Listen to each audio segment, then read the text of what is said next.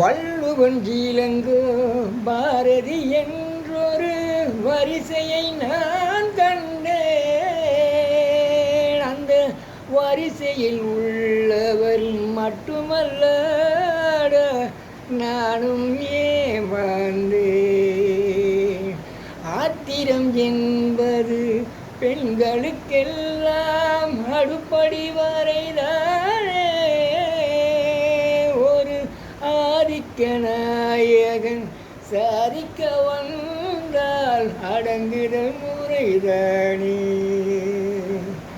கம்பன் ஏமாந்தான்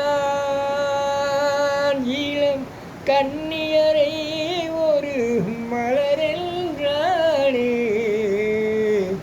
கற்பனை செய்தானே கம்பன் ஏமா